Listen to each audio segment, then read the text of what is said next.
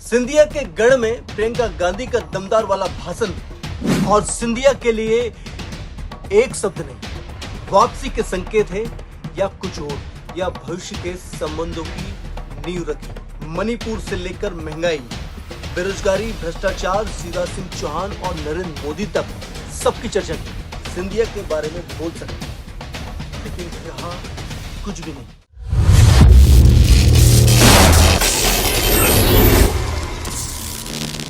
शुक्रवार को ग्वालियर आई कांग्रेस महासचिव प्रियंका गांधी ने केंद्रीय मंत्री ज्योतिरादित्य सिंधिया पर कोई भी हमला नहीं किया। प्रियंका ने बस इतना ही कहा कि सिंधिया की अचानक विचारधारा बदल गई।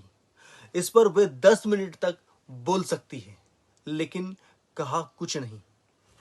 इसके क्या सियासी मायने हो सकते हैं, आइए आपको बताते हैं समंदर अलर्ट में। कुछ लोगों की विचारधारा अचानक बदल गई। उन्होंने यह भी कहा कि वे 10 मिनट तक सिंधिया के बारे में बोल सकती है, लेकिन कहा कुछ भी नहीं। लेकिन भविष्य में क्या कुछ हो सकता है, कहा कुछ नहीं जा सकता है। वापसी के संकेत है या कुछ और, फिलहाल यहां तो प्रियंका गांधी ही बता सकती है। भाई जो भी हो, दाल में कुछ काला जरूर है। सिंधिया के गढ़ में प्रियंका गांधी का दमदार वाला भाषण और सिंधिया के लिए एक शब्द नहीं। चलो सिंधिया और गांधी परिवार के बारे में फिलहाल बात करते हैं। गांधी और सिंधिया परिवार के पुराने रिश्ते रहे हैं। ज्योतिरादित्य सिंधिया के पिता माधवराव सिंधिया और प्रियंका गांधी के पिता राजीव गांधी करीबी मित्र थे। ज्योतिरादित्य भी जब तक कांग्रेस में थे, प्रियंका के बेहद करीबी थे। राशिद किदवाई ने अपनी किताब द हाउस ऑफ सिंधियाज में लिखा है कि ज्योतिरादित्य सिंधिया को प्रियंका अपने भाई जैसा मानती थी। सिंधिया के बीजेपी में जाने के बाद से सियासत पूरी तरह बदल गई, लेकिन प्रियंका ने इसे रिश्तों पर हावी नहीं होने दिया। अब सवाल यह है कि प्रियंका ने पुराने रिश्तों का मान रखा या भविष्य के संबंधों की नींव रखी। प्रियंका ने ग्वालियर के मेला मैदान में 33 मिनट के भाषण में मणिपुर से लेकर महंगाई, बेरोजगारी, भ्रष्टाचार, शिवराज सिंह चौहान और नरेंद्र मोदी तक सबकी चर्चा की। उन्होंने रानी लक्ष्मीबाई की समाधि को नमन किया। रैली को संबोधित करते हुए प्रियंका ने लोगों से कहा कि कांग्रेस की पिछली सरकार कुछ लोगों ने गिरा दी, यहां भी कुछ लोगों ने, सिंधिया नहीं। इसलिए इस बार भी ऐसी सरकार बनाए जो दल बदल से गिराई न जा सके। प्रियंका के भाषण में सब कुछ था सिवाय ज्योतिरादित्य सिंधिया के। तो मैं आपको अलर्ट कर रहा हूं। फिलहाल बीजेपी के लिए अलर्ट वाली कहानी है। ग्वालियर चंबल का इलाका सिंधिया परिवार का गढ़ है।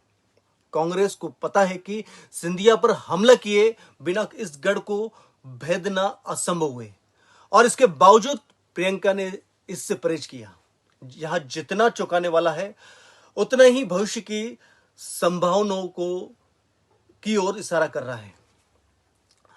ज्योतिरादित्य सिंधिया के कांग्रेस छोड़ने का सबसे बड़ा कारण यह था कि उन्हें पिछले चुनाव के बाद मुख्यमंत्री नहीं बनाया गया। सरकार बनने के बाद कमलनाथ और दिग्विजय सिंह की जोड़ी ने उन्हें पार्टी में अलग थलग कर दिया। इससे परेशान होकर सिंधिया ने पार्टी छोड़ दी और बीजेपी में चले गए। अब बीजेपी ने उन्हें हाथों हाथ लिया और केंद्रीय कैबिनेट में जगह दी, लेकिन मुख्यमंत्री बनने की उनकी हसरत अब भी पूरी होती नहीं दिख रही है। यह करीब करीब तय है कि इस साल होने वाले विधानसभा चुनाव में बीजेपी उन्हें सीएम फेस घोषित नहीं करेगी। चर्चाएं ऐसी भी है कि चुनाव में उनके कुछ समर्थकों के टिकट भी काटे जा सकते हैं। ये सच्चाई है, अब ये बाद में आपको पता लग जाएगी। लेकिन सिंधिया के साथ समस्या यह है कि वो मौका मिलते ही बीजेपी के पुराने नेता उनके खिलाफ गोलबंद हो जाते हैं। पिछले साल स्थानीय निकाय चुनाव के दौरान यही देखने को मिला था। सिंधिया अपने समर्थकों को ग्वालियर में भी टिकट नहीं दिला पाए। इससे बुरी बात क्या हो सकती है? इसका नतीजा यह हुआ कि ग्वालियर में बीजेपी को हार मिली थी।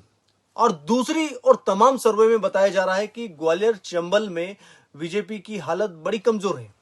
और यदि विधानसभा चुनाव में नतीजे बीजेपी के अनुकूल नहीं रहे तो सिंधिया के लिए मुश्किलें भी बढ़ सकती है। प्रियंका गांधी ने शायद इस संभावना का ध्यान रखकर ही अपने भाषण में सिंधिया पर हमला नहीं किया, उससे परहेज किया। अब बात करते हैं ज्योतिरादित्य के पिता की। ज्योतिरादित्य के पिता माधवराव सिंधिया ने भी एक बार कांग्रेस छोड़ी थी, साल 1996 में। जैन हवाला केस में नाम आने पर कांग्रेस ने माधवराव को टिकट देने से इनकार कर दिया था।